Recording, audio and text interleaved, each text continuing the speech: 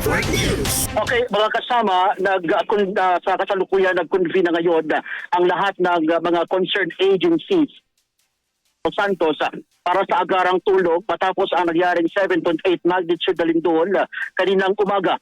Pinangunahan ni General Santos City Mayor Lorelie G. Pacquiao, TDR Remote Jensen, maging ang Office of Civil Defense Region 12, maging ang Police Regional Office 12, PNP Maritime Group para sa gagawing tulog.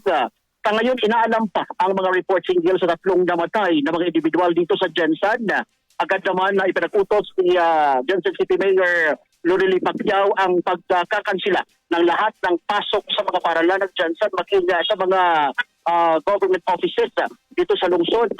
Sa Sarangani Province naman, magsasagawa ngayong ng meeting ngayong 1:00 ng hapon ang lahat ng mga concert agencies sa pangunguna ni Sarangani Governor Ruel Gapidran Pacquiao para pag-uusapan ang agarang tulong sa mga biktima ng lindol. Sinisiguro ng mga LGUs dito sa Soxergen na inisyal na masiguro patuloy ang pagpapatupad ng tulog at iba pa na mga emergencies hinggil sa nangyaring paglindol dito sa Soxergen Region. Kasama mo sa RMN General Santos, Radyoman Brian Odiad, Tatak RMN. RMN Network News.